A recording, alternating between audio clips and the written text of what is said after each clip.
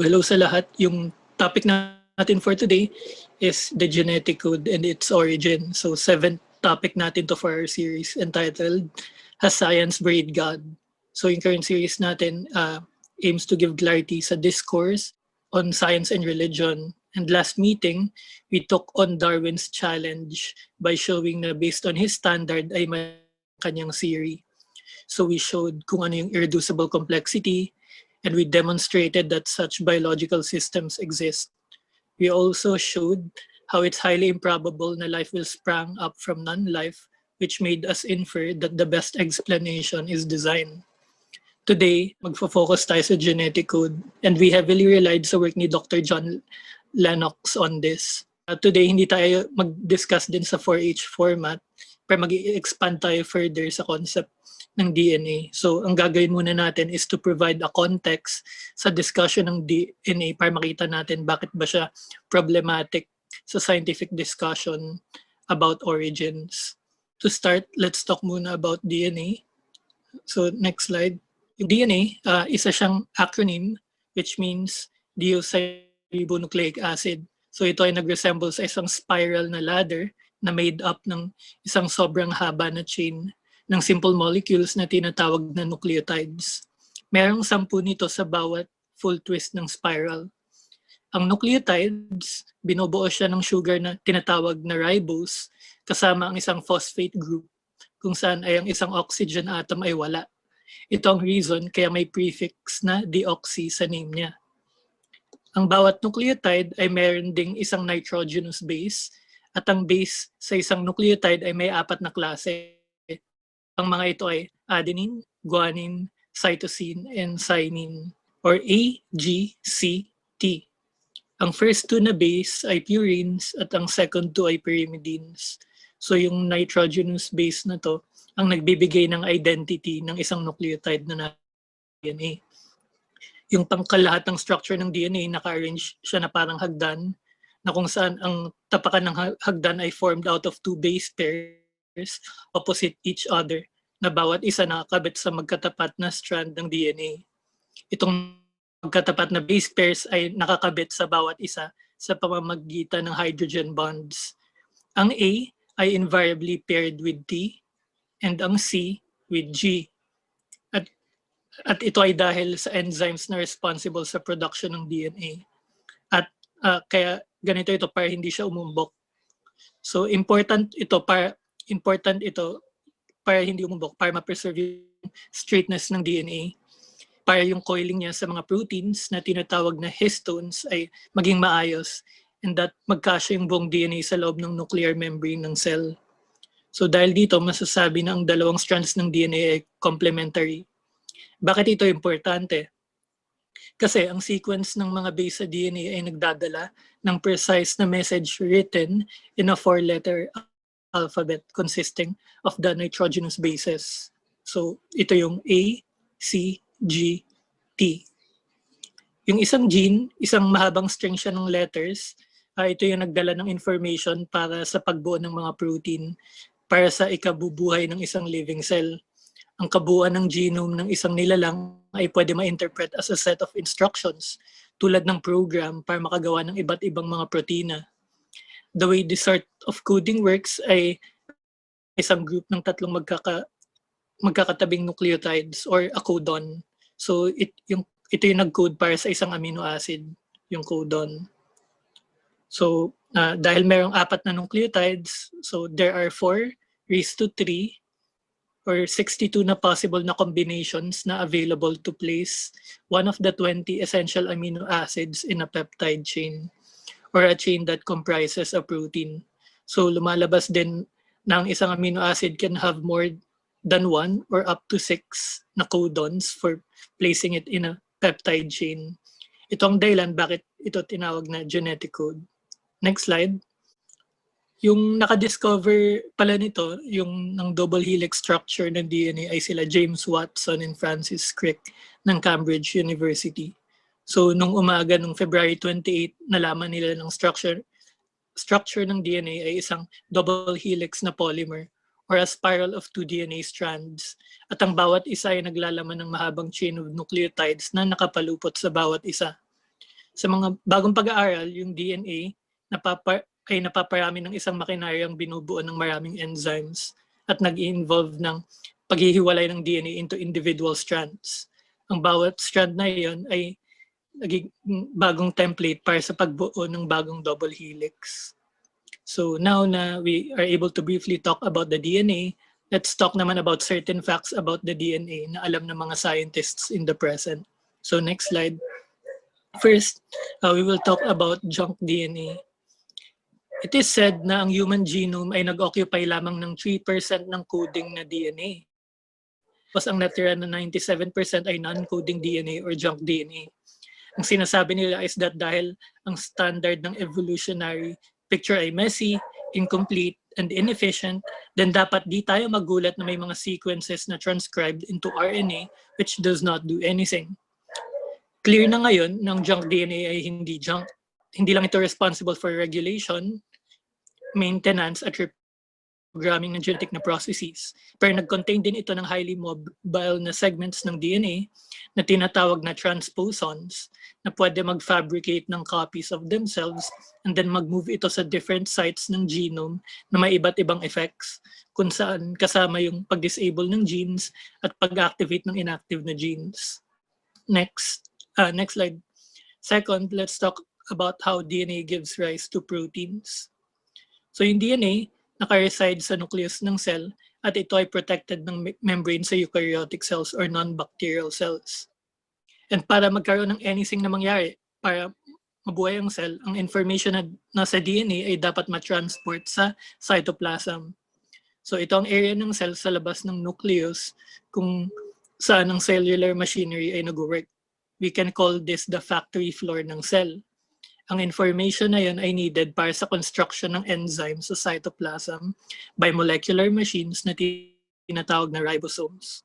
Na-discuss natin to nung topic natin last week where it can produce any kind of protein ganun within the cell. So paano ba nakapunta sa ribosomes ang information na sa DNA para makagawa ng enzyme? Ito ay done by means ng isa pang nucleic acid molecule na tinatawag na RNA or ribonucleic acid. Ito ay very similar sa DNA pero hindi ito usually double-stranded. Pero ito ay nag-possess ng isang hydroxyl or OH group more than DNA. Tulad ng DNA, meron itong apat na uri ng bases at ang tatlo rito ay A, G, and C. So yun yung similarity niya sa DNA. Yung naiba lang rito ay ang U, which is ang uracil. Ito ay similar sa structure ng T ng DNA. Ngunit nagbago lamang dahil sa epekto ng structure ng ribose sugar sa RNA. Ang nangyayari muna is that ang DNA sa loob ng nucleus ay nag-unzip down the middle para mahiwalay ang two strands. Ito ay facilitated ng fact na ang hydrogen bond sa pagitan ng mga strands ay weak compared sa bonds na nag-connect sa bases sa deoxyribose sugars ng DNA. Next, ay ang strand ng DNA ay transcribed into RNA. Ito ang mRNA or messenger RNA. Ang result nito ay mag-emerge na RNA na complementary sa DNA strand kung saan ang T ay replaced by U throughout. Occasionally ay may errors na nag-occur sa copying process na nagli-lead sa modified na protein. Ang mRNA din ay nag-travel through the wall ng nucleus to the cytoplasm, kung saan ang process ng translation ay nangyayari. Ang mRNA strand ay pwede natin isipin like a magnetic computer tape. At ang ribosome ay ang machine na nagko-construct ng protein from the information na contained sa tape na yon. Para mangyari ito ay ang ribosome ay nag-move along the mRNA strand at binabasa nito ang information sa mRNA as it goes. Para itong magnetic tape recording head sa computer or isang scanning head ng isang Turing machine. Though doon ay we tend to think of the head as fixed at ang tape ay moving, which is an insignificant difference sa purpose ng ating analogy. So tulad ng computer, binabasa nito ang codons kung saan ay ito yung mga groups ng 3 consecutive na characters. So yung example ay AAC, UGC, UUG. Yung susunod na mangyari ay ang pagbond sa mRNA codons ng tRNA or transfer RNA complexes. So ito ay cross-like structures na binubuo ng RNA kasamang mga codon na complementary sa bases na kakabitan nito, which is nakalagay sa isa nitong arm at ito yung tinatawag na anticodon. At may naka-attach na amino acid by means of ester bonds. So sa other end naman ito ng arm. So for example, if ang asparagine ay naka-attach sa one arm ng isang tRNA molecule, then sa other end ng arm ay may naka-attach na anticodon na nag-correspond doon sa mRNA codon. So sa AAC, which is yung UUG. So sa example natin, ang tRNA na nag-involve ay may nakakabit na asparagine, cysteine at leucine. Ang mga ito ay nasa paligid lamang ng ribosome. So kapag ang ribosome ay nag-read ng particular codon, ay nag-attract ito ng tRNAs na may corresponding na anticodon at kasama ng ilang enzymes sa cytoplasm. So imagine nyo, parang ano yan eh, may tatlong magkakasama lagi, tapos meron siyang counterpart. Ayun, so yung tRNAs na ito, nalinya katapat ng mRNA sa ribosome, tapos nito, maalis yung amino acid DNA na kinakabitan niya by another enzyme. So ang ribosome then joins that amino acid sa protein na yun na-assemble niya at the moment, katulong na naman ng isang enzyme. At tuloy-tuloy na mangyari yun hanggang matapos ang translation dahil sa isang stop codon. Dito tayo magkakaroon ng kumpleto and bagong protein. Ayun, so in-explain ko lang yung process paano from DNA magkakaroon ng protein. And next slide, in light of this, of course, it begs the question, is there more to life than DNA? Do genes tell us everything about what it means to be human? Ayun. So to answer this, we will talk about three things, which is 1, yung alternative splicing, 2, error correction, and 3, the geometry of proteins. So una, we will talk about alternative splicing. Next slide. So si Barry Commoner, senior scientist siya and director ng Critical Genetics Project sa Center for the Biology of Natural Systems ng Queen's College. So yung sinabi niya na yung hypothesis ni Francis Crick na ang nucleotide sequence ng isang single gene ay nag-encode ng amino acid sequence ng isang protein, which is isa ito sa key tenets ng central dogma, ay need na daw ito ng considerable revision. So ito ay dahil demonstrated na ang single gene can give rise to many protein variants sa process na kung tawagin ay alternative splicing. Ito ay nangyayari kapag ang nucleotide sequence ng gene ay transcribed sa mRNA. This means na walang one-to-one correspondence between genes and proteins. Ang nangyayari is that may special group na up to 150 proteins kasama ang 5 molecules ng RNA nang tawag ay spliceosomes na nag-a-assemble sa iba't ibang site ng mRNA. At ito ay nag-form ng molecular machine na nagkakat sa mRNA into segments. At ito ay recombined into various different orders. Minsan, may mga pieces na natatanggal or may nadadagdag. At ang any recombined material ay nag-carry ng sequence na iba sa original.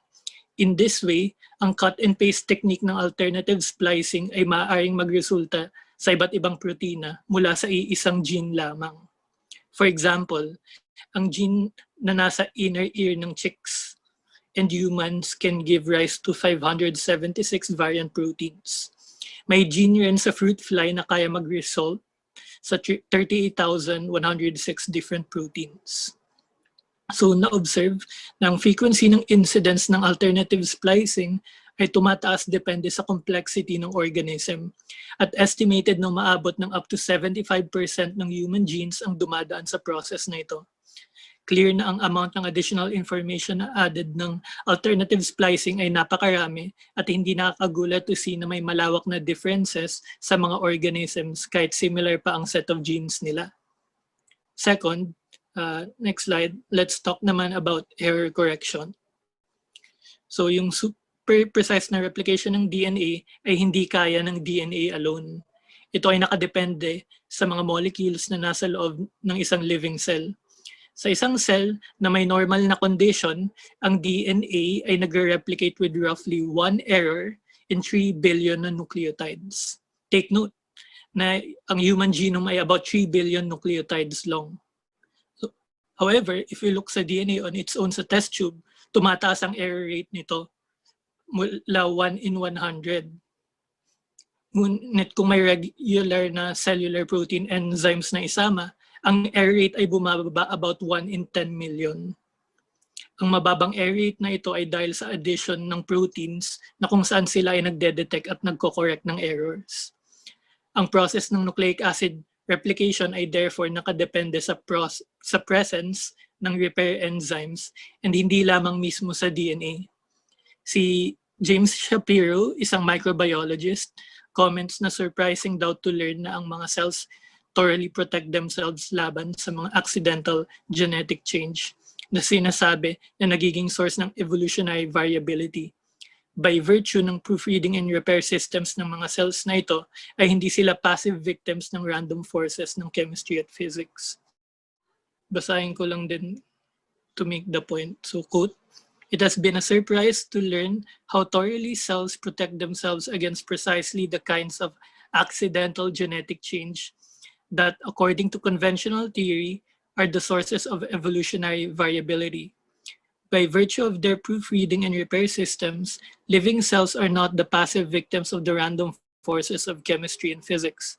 They devote large resources to suppressing random genetic variation and have the capacity to set the level of background localized mutability by adjusting the activity of their repair systems." End quote. So yung gusto ko i-emphasize nga doon, yung nucleic acid replication, nagde-depend siya sa protein enzymes and hindi lamang sa DNA mismo. So we can see na maraming resources yung living cells para ma-suppress yung random na genetic variation. So now, in light of that, yung kanina, alternative splicing and error correction, isang important na implication nito is that ang DNA ay nakadepende sa life for it to exist rather than life on DNA.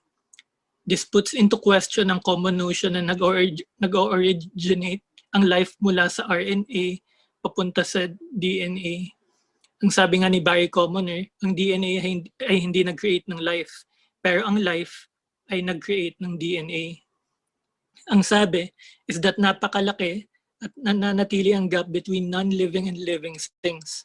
Lahat ng living cells ay kontrolado ng information na stored in DNA, which is transcribed as an mRNA, and then the latter is used to make proteins. Ito ay napaka-komplikadong system, and each of these 3 molecules require the other 2, either para mabuo ang bawat isa o gumana sila lahat. Ang DNA as an example ay nagkikarry ng information pero hindi nito kayang magamit ang informasyong mismong nasa kanya ng mag-isa o kahit na ang kopya niya kung wala ang tulong ng RNAs at proteins. This seems to show na may irreducible na symbiosis na hindi kaya i-account ng simplistic na models. Isang example ay given ni Leslie Organ ng Salk Institute for Biological Studies. Quote, "There is no agreement on the extent to which metabolism could develop independently of a genetic material. In my opinion, there's no basis in known chemistry for the belief that long sequences of reactions can organize spontaneously, and every reason to believe they cannot.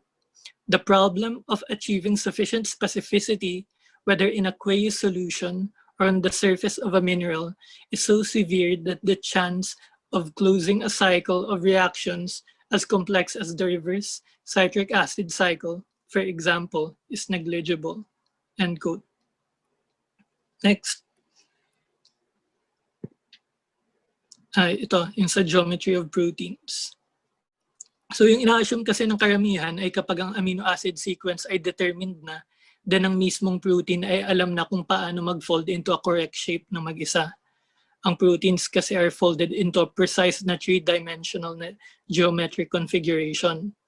Ngunit ngayon, nalaman na may proteins na need ng ibang chaperone na proteins para tulungan sila na maka-fold correctly. Pag wala mga chaperone proteins na ito, they will remain biochemically inactive. Next slide.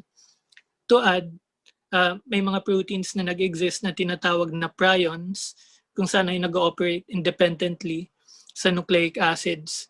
Involved ito sa degenerative na brain diseases tulad ng mad cow disease. Ayon sa research, ang prion ay nag-penetrate sa normal na brain protein upang impluwensyahan ang ibang protina sa utak na maiba ang tupi upang bumagay sa three-dimensional na structure ng prion. Next slide. Yung process na ito, nagproproduce ng panibagong prion mula sa proteinang nagbago ng tupi. At itong prion na ito ay quasi-infectious. At ito ay humahantong sa isang nakamamatay na chain reaction. Ang interesting thing ay ang prion at ang brain protein kung saan ito nag-act ay same sila ng amino acid na sequence. And yet, ang isa ay dangerous at infectious at ang isa ay normal and healthy. This strongly indicates na ang folded structure ay partly independent sa amino acid sequence. This means na if need ma-estimate ang information content ng protein, ang three-dimensional na geometry ng pagkatupi ng protein ay need to be taken into account, which is very problematic. And yet, kahit noon na ito among scientists ay nag-continue pa rin na mag-stand ang central dogma. Ang dahilan daw kung bakit nag-stand pa rin ito ayon kay Commoner ay, to some degree, the theory has been protected from criticism by a device more common to religion than science. Dissent, or merely the discovery of a discordant fact, is a punishable offense, a heresy that might easily lead to professional ostracism. Much of this bias can be attributed to institutional inertia, a failure of rigor, but there are other more insidious reasons why molecular geneticists might be satisfied with the status quo. The central dogma has given them such a satisfying, seductively simplistic explanation of heredity that it seemed sacrilegious to entertain doubts. The central dogma was simply too good not to be true, end quote. Ngayon, we just finished talking about alternative splicing, error correction, at ang geometry of proteins. Next slide. Sabi nga ni Bill Gates, DNA is like a computer program, but far, far more advanced than any software we've ever created. It said nga na ang 4 na nitrogenous bases ay nag-communicate ng unique message like our alphabet. That's why they can make direct comparisons sa mga books. An example is ang Darwinist na si Richard Dawkins from Oxford University. Ang sabi niya ay ang nucleus ng isang tiny na amoeba ay equivalent to more than all 30 volumes ng Encyclopedia Britannica. And ang entire amoeba ay nag-contain ng information ng 1,000 na complete sets ng Encyclopedia Britannica. Ang human genome naman is said to have 3.5 billion letters na kaya mag-fill ng isang buong library. So ganun daw yung equivalent na dami ng information na meron doon. In light of this, next slide, it is worth asking, how did the genetic code along with the mechanisms for translation originate? So saan daw nanggaling yung genetic code pati yung mechanisms ng translation niya? So in summary, we discussed ang DNA and ang certain facts about the DNA na alam ng scientists in the present. Pinakita nito ang complexity ng DNA and that ang DNA ay nakadepende sa life mismo for it to exist. This means na it's hard to bridge the gap kung paano nagkaroon ng life from non-life kasi di kaya ng DNA alone na mag-duplicate dahil need ng presence ng maraming compound sa loob ng cell. Like yung kanina, dependent daw sa RNA and proteins. So this is like saying na nauna ang chicken bago nagkaroon ng egg. Of course, syempre, this begs the question kung saan ba nanggaling ang life. And for me, I would say na ang best explanation sa mystery ng origin ng genetic code ay merong creator na nag-create ng life na may biological system na designed to act this way. So ngayon, tapos na tayo sa discussion. So we can now proceed sa Q&A.